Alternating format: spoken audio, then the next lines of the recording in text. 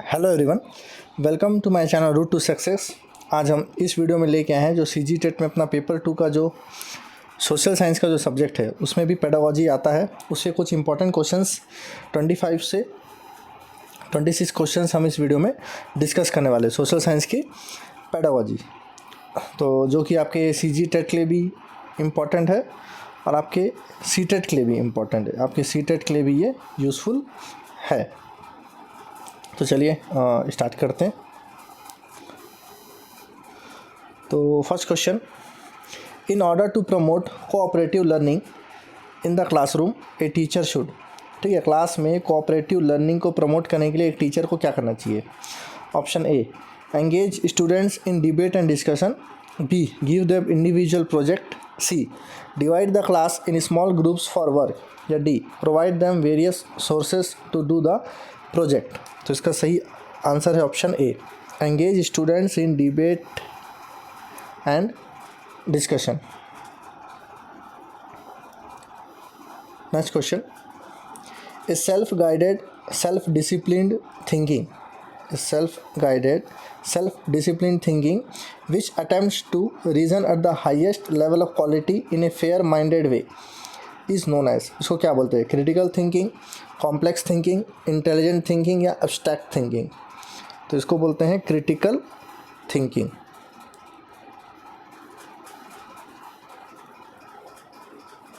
Next question, the collection of weather information.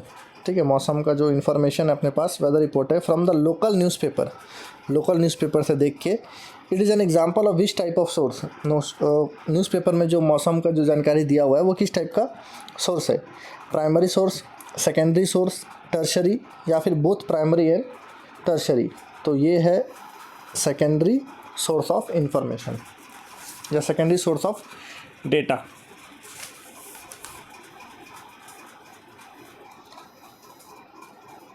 Next, which of the following human values would be most important for ensuring principles of social equality?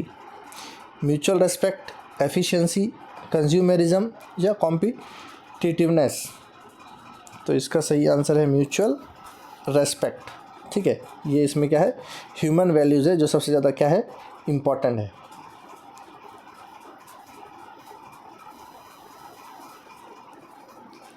The most appropriate use of end of the text questions in chapter। मतलब chapter के last में जो questions होते हैं उसका appropriate use क्या है? To suggest questions for examination, to identify important sections from the chapter, to enable students to understand and express in their own words what they have learned, या to assist teachers summarise the chapter for the students. तो इसका सही answer क्या है? To enable the students to understand and express in their own words what they have learned। ये क्या है? जो लास्ट में एंड ऑफ द टेस्ट का ये सबसे ज़्यादा अप्रोप्रिएट यूज़ है, जो 4 ऑप्शन यहाँ इसमें दिया हुआ है कि बच्चे अपने ओन वर्ड्स में उसको लिख पाए और उसे एक्सप्रेस कर पाए कि उन्होंने इस चैप्टर से क्या सीखा। Next question, as per continuous and comprehensive evaluation which of the following objectives is most appropriate regarding assessment.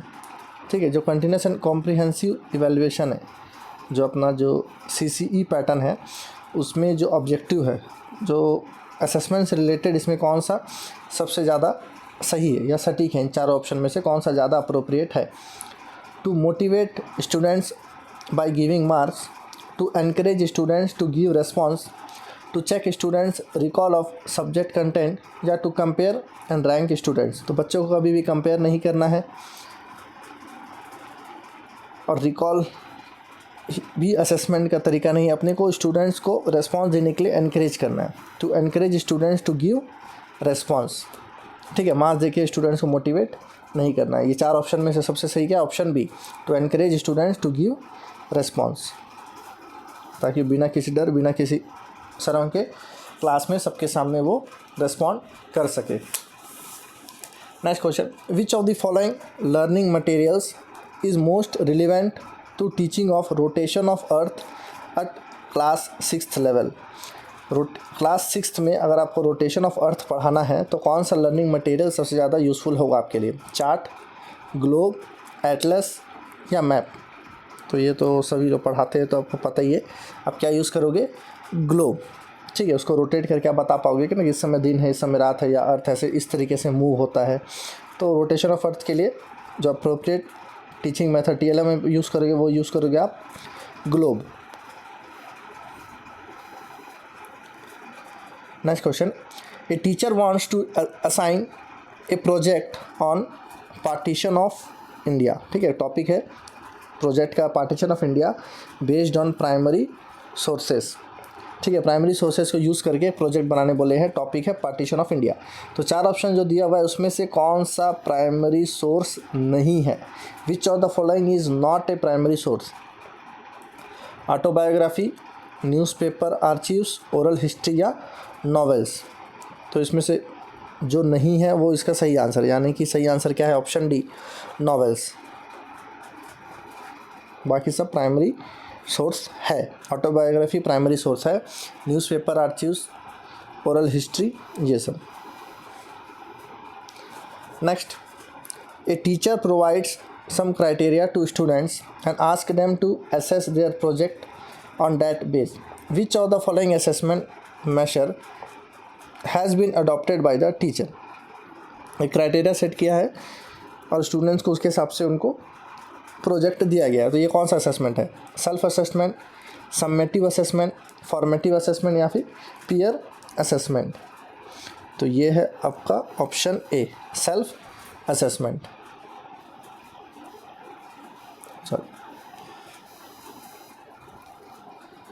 What is the nomenclature change suggested by the National Curriculum Framework NCF 2005 for civics? civics के लिए इसमें nomenclature changes कौन सा हुआ था NCF 2005 में?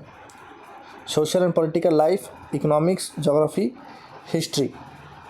तो इसका सही आंसर है option A, social and political life.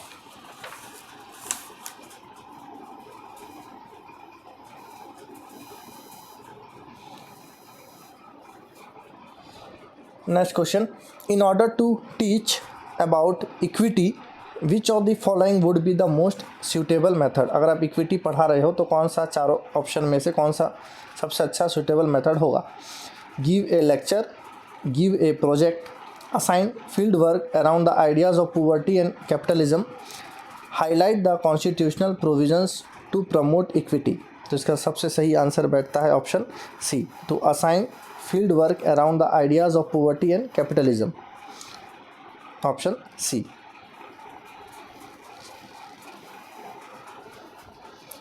In the Indian pluralistic society text book of social science should. ठीक है, जो इंडियन प्लूरलिस्टिक सोसाइटी के हिसाब से हमारा जो सोशल साइंस का जो टेक्स्ट बुक होना चाहिए वो किस टाइप का, उसमें क्या होना चाहिए? Reflect the majority opinion, reflect the government views, avoid controversial issues, include and represent all religious and social group. तो इसका सही आंसर है option D, include and represent all religious and social group.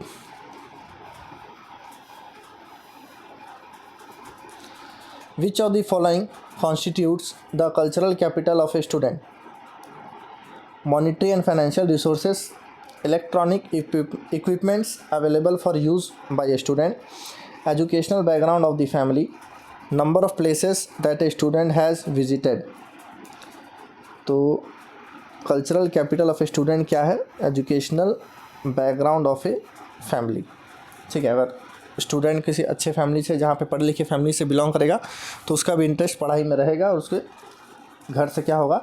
Support भी मिलेगा और उसके ऊपर ध्यान भी रखा जाएगा कि वो पढ़ाई कर रहा है कि नहीं कर रहा है। तो इसीलिए क्या है, जो cultural capital of a student क्या है? Educational background of the family.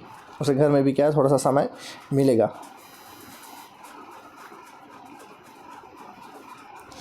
Maps and diagrams in a social science text book are relevant as they add a new. जो मैप और डायग्राम दिए रहता है सोशल साइंस के टेक्स्ट बुक में, वो रिलीवेंट है कैसे?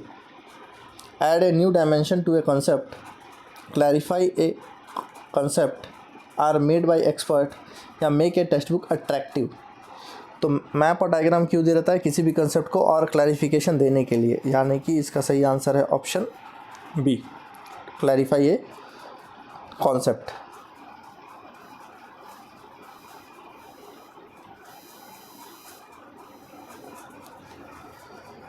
Eight the primary stage social science comprises, primary stage में जो सोशल साइंस में क्या क्या सब्जेक्ट होते हैं? Geography, history, political science, economics, history, geography, economics, environment, political geography, history, sociology, history, geography, political, environment. तो इसका सही आंसर है option A, geography, history, political science and economics.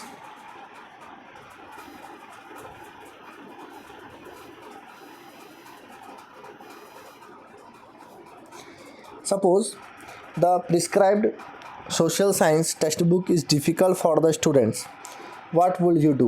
अगर कोई सा सोशल साइंस का टेक्स्ट बुक है वो बच्चों के लिए थोड़ा सा हार्ड है, थोड़ा सा डिफिकल्ट है, तो आप क्या करोगे as a teacher? Provide a variety of supplementary materials, emphasize rote learning, dictate summarizes of each lesson, या यूज़ क्वेश्चन आंसर टेक्निक। क्या आप उन्हें रटने के लिए बोलेंगे, या फिर आपको हर एक लेसन को आप डिक्टेट करेंगे, या क्वेश्चन आंसर टेक्निक का यूज़ करेंगे, या फिर ऑप्शन है provide a variety of supplementary materials, या आप उनको अलग से अच्छे से मटेरियल्स स्टूडेंट्स को प्रोवाइड करेंगे। तो इसका सही आंसर है option A, provide a variety of supplementary materials.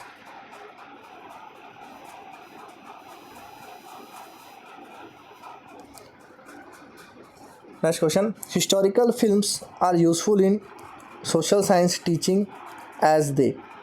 ठीक है, जो हिस्टोरिकल फिल्म्स है वो सोशल साइंस पढ़ाने के लिए कैसे यूजफुल है? A, concentrate on an individual's problem, have good entertainment value, portray history as fiction, या bring alive various dimensions of specific social setting. तो इसमें सही है ऑप्शन आपका D, bring alive various dimensions of specific social setting.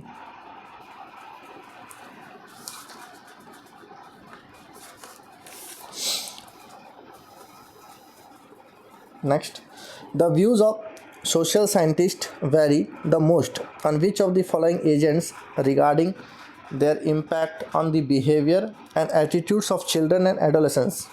ठीक है, तो किसकी वजह से इम्पैक्ट आता है बिहेवियर और एटीट्यूड में बच्चे और बड़ों में, एडोलेसेंस में? ठीक है, फैमिली, स्कूल, टीवी या पीयर ग्रुप। तो सबसे ज़्यादा इफेक्ट किसका पड़ता है? अपना टेलीविज़न का, टीवी का।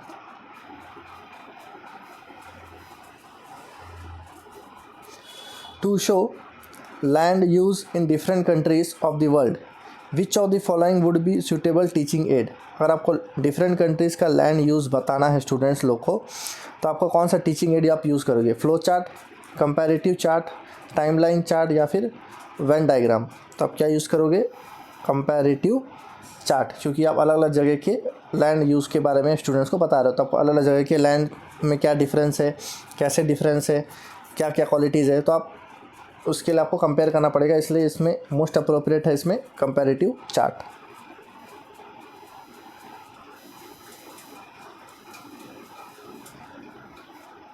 At the upper primary stage, according to NCF national curriculum framework 2005, ठीक है, अपर प्राइमरी स्टेज में जब NCF 2005 के जो कंसेप्ट है जो सोशल स्टडीज़ का, ठीक है, उसमें कौन कौन से सब्जेक्ट है? History, civics, geography, history, geography, political, ये थोड़ा सा स्पेलिंग मिस्टेक है, पॉलिटिकल साइंस, इकोनॉमिक्स, एनवायरनमेंट, इसमें भी थोड़ा सा स्पेलिंग मिस्टेक हो गया, environment, history, civics, geography, disaster management, history, political, value education. तो इसका सही आंसर है option B, history, geography, political science and economics. Ignore the spelling mistakes.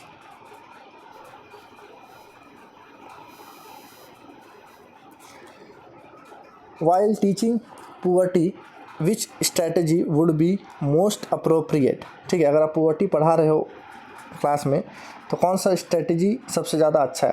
पहला, prepare handouts and deliver a good lecture, give handouts to students and explain, engage students in debate and discussion, ask students to read from the text book and explain the difficult words. तो इसमें क्या है, आपको students लोग को क्या करना है? एंगेज करना है डिबेट और डिस्कशन में, यानी कि इसका सही आंसर है ऑप्शन सी।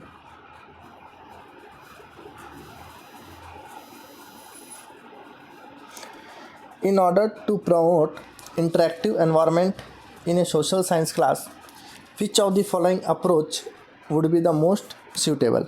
ठीक है, अगर आप इंटरेक्टिव एनवायरनमेंट बनाना चाहते हैं अपने सोशल साइंस के क्लास में तो कौन सा मेथड आप यूज़ करोगे, कौन सा मेथड आप अप्रोच करोगे? Dictation and practice, frequent testing, lecture and explanation या शोइंग डॉक्यूमेंट्रीज? तो सबसे बेस्ट क्या है? Lecture and explanation.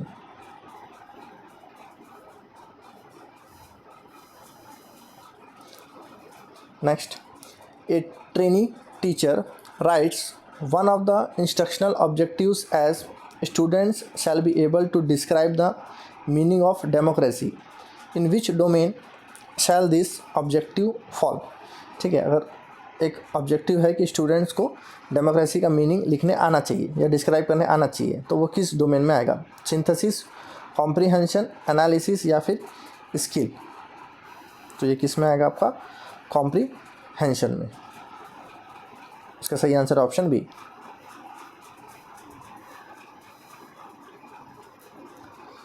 Next, choose the most appropriate statement that describes social science. ठीक है, सोशल साइंस को डिस्क्राइब करने का कौन सा सबसे चारों ऑप्शन में कौन सा बेस्ट अप्रोप्रिएट है?